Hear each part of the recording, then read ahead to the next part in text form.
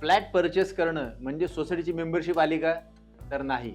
तुम्ही एखादा फ्लॅट घेतला, परचेस केला, ॲग्रीमेंट केलं, अलॉटमेंट झाली आणि तुम्ही त्या फ्लॅटमध्ये राहायला जरी गेलात, तरी याचा अर्थ असा होत नाही की त्या हाउसिंग सोसायटीचे तुम्ही मेंबर आहात.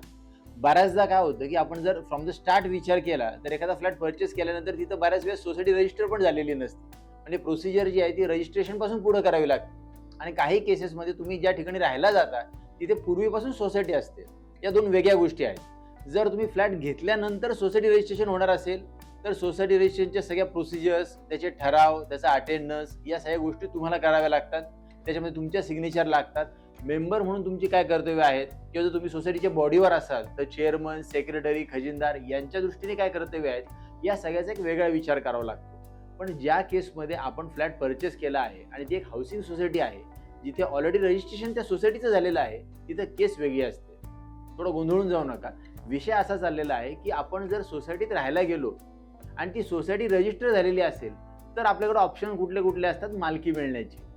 आता मालकी हा शब्द जो आहे, हा विचार करू शकतो की मी तर ऑलरेडी फ्लॅट परचेस केला म्हणजे मी मालक झालो. पण असं मुळीच होत नाही. तुमच्या त्या परचेस डीडला किंवा तुमच्या त्या ॲग्रीमेंटला सोसायटीने परमिशन दिली आहे का, हा महत्त्वाचा मुद्दा ठरतो. बऱ्याचदा काय होतं, आपण डॉक्युमेंट करून घेतो, पण सोसायटीच्या चेअरमनची, थोडक्यात सोसायटीच्या मॅनेजिंग अथॉरिटीची कन्सेंट आपल्या डॉक्युमेंटला आहे का, हे आपण बघायचं विसरतो.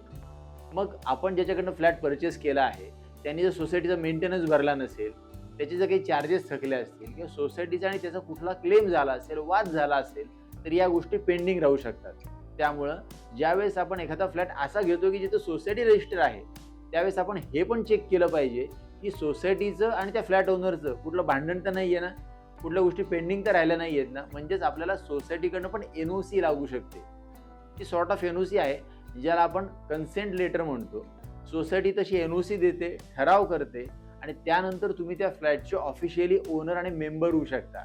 मेंबर हा शब्द सोसायटीसाठी वापरला जातो. फ्लॅटची डील फायनल झाल्यानंतर आणि सोसायटीची मेंबरशिप मिळाल्यानंतर सगळ्यात पहिला विषय येतो तो म्हणजे त्या सोसायटीत गेल्यानंतर गाडी पार्क करण्याचा. हो, पार्किंग हा आता ऐरणीचा विषय ठरलाय. एक बिग इश्यू होतोय की पार्किंगसाठी मला एक्झॅक्टली जागा मिळतीये का, माझं अलॉटेड पार्किंग कुठं आहे आणि पार्किंगची कन्सेप्ट नेमकी काय आहे.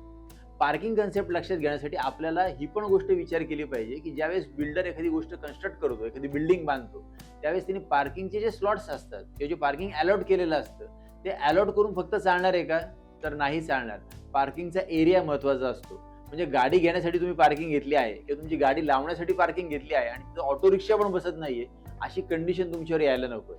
याचाच अर्थ पार्किंगचा एरिया किती आहे, त्याचे डायमेन्शन्स काय आहेत, हे पण आपण त्या फ्लॅटचं डीड करताना चेक केलं पाहिजे.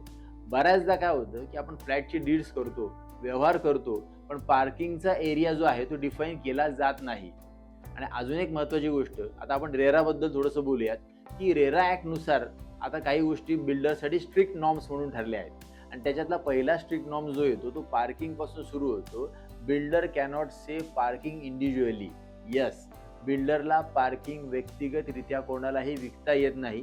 पार्किंग ही जी कन्सेप्ट आहे ती त्या फ्लॅटच्या बरोबर येत असते. तेव्हा बिल्डर जर तुम्हाला असं सांगत असेल की मी तुम्हाला ही पार्किंग पण देतो आणि पार्किंगचे वेगळे चार्जेस लागतील, तर पार्किंग चार्जेस हे नेहमी ॲग्रीमेंटमध्ये इन्क्लूड होत असतात. आणि सेपरेट पार्किंग विकता येत नाही. रादर कोणी सेपरेट पार्किंग विकत असेल तर ते ट्रान्झॅक्शन इल्लीगल आहे आणि त्या ट्रान्झॅक्शनच्या अगेन्स्ट तुम्हाला रेरा कोर्टमध्ये किंवा सिव्हिल कोर्टमध्ये देखील बिल्डर विरुद्ध केस करता येईल. फ्लॅट ओनर किंवा सोसायटी मेंबर म्हणून तुमची काही जबाबदारी असते, ती पण आपण लक्षात घेतली पाहिजे. जेव्हा तुम्ही एखाद्या सोसायटीचे किंवा हाऊसिंग सोसायटी मेंबर असता, त्यावेळेस मेंटेनन्स चार्जेस किंवा सोसायटीचे रेग्युलर चार्जेस, त्यांचे मीटिंग्स, त्याचा अटेंडन्स हा तुमच्यावर बंधनकारक असतो. बऱ्याच लोकांना असं वाटेल की याची काय गरज आहे, किंवा काही फ्लॅट्समध्ये, काही अपार्टमेंट्समध्ये हे पण इश्यू चाललेले असतात की XYZ व्यक्ती मेंटेनन्स भरत नाही, कोणाचं ऐकत नाही. पण जर अशा पद्धती होत असतील तर माइंड इट, सोसायटी जी आहे ती मेंटेनन्स चार्जेससाठी तुमच्या अगेन्स्ट क्लेम करू शकते. त्याच्यामध्ये कोऑपरेटिव्ह कोर्टात जाता येऊ शकतं किंवा DDRकडे जाता येईल त्यांना. आणि अजून एक महत्त्वाचा विषय असा आहे की जर तो मेंटेनन्स तसाच थकत राहिला तर एक दिवस फक्त ते चार्जेस रिसीव्ह करण्यासाठी म्हणून ती जी सोसायटी आहे ती सोसायटी तुमच्या फ्लॅटचा ऑक्शन करू शकते. हो, योग्य ऐकताय तुम्ही, ऑक्शन करू शकते. तुमच्या फ्लॅटच्या थकबाकीसाठी तुमच्या फ्लॅटवर रिकव्हरी काढू शकते आणि रिकव्हरी भरली नाही तर तुमच्या फ्लॅटचा ऑक्शन होऊ शकतो. सोसायटी फ्लॅटचा ताबा देखील घेऊ शकते. तेव्हा सोसायटीचा मेंटेनन्स ही खूप निग्लिजिबल गोष्ट आहे असं मुळीच समजू नका. मागच्या व्हिडिओमध्ये आपण बघितलंय की सोसायटीची ओनरशिप जी आहे ती फक्त ॲग्रीमेंटवरून ठरणार आहे का तुम्ही त्या सोसायटीचे मेंबर झाला म्हणून ठरणार आहे. त्याच्यामध्ये सगळ्यात महत्त्वाचं अजून एक डॉक्युमेंट आहे, the legal document which is called conveyance deed. Conveyance deed हे असं डॉक्युमेंट आहे जे डॉक्युमेंट तुमच्या त्या सोसायटीच्या फ्लॅटची ओनरशिप डिफाईन करतं. जर तुम्ही सोसायटीचे ओनर असाल, म्हणजेच कुठल्या तुमच्या फ्लॅटचे ओनर असाल, तर तुमच्याकडे तुमच्या फ्लॅटचं कन्व्हेन्स झालेलं असलं पाहिजे, ते डीड सेपरेट असलं पाहिजे. तरच उद्या चलून जर या बिल्डिंगला काही झालं किंवा उद्या आपण रिडेव्हलपमेंटला गेलो, ती एक वेगळी प्रोसेस आहे, त्याबद्दल आपण नक्कीच बोलू. तर रिडेव्हलपमेंटला गेलो, बिल्डिंगला काय झालं किंवा अजून कुठलाही प्रॉब्लेम झाला, तर my individual ownership should be protected. हे जर तुम्हाला वाटत असेल तर फक्त त्या प्रॉपर्टीचा टायटल सर्च असून किंवा त्याच्यावर कर्ज आहे म्हणून असून किंवा मी सोसायटीचा मेंबर आहे म्हणून एवढ्याच गोष्टी चालणार नाहीत. तर तुम्हाला तुमचा इंडिव्हिज्युअली कन्व्हेन्स डीड जो आहे तो झालाच असला पाहिजे. आता ही जी गोष्ट आहे ही बिल्डरची जबाबदारी आहे.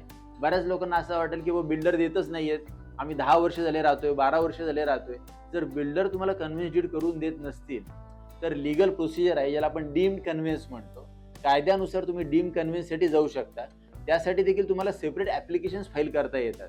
म्हणजेच आता आपल्या बिल्डिंगचा किंवा आपल्या अपार्टमेंटचा किंवा आपल्या फ्लॅटचा कन्व्हेन्स मिळण्यासाठी आपल्याला बिल्डरवर अवलंबून राहायची गरज नाहीये. आपण स्वतः देखील डीम्ड कन्व्हेन्सचा जो उपाय आहे तो करू शकतो आणि आपला इंटरेस्ट किंवा आपली प्रॉपर्टी प्रोटेक्ट करू शकतो.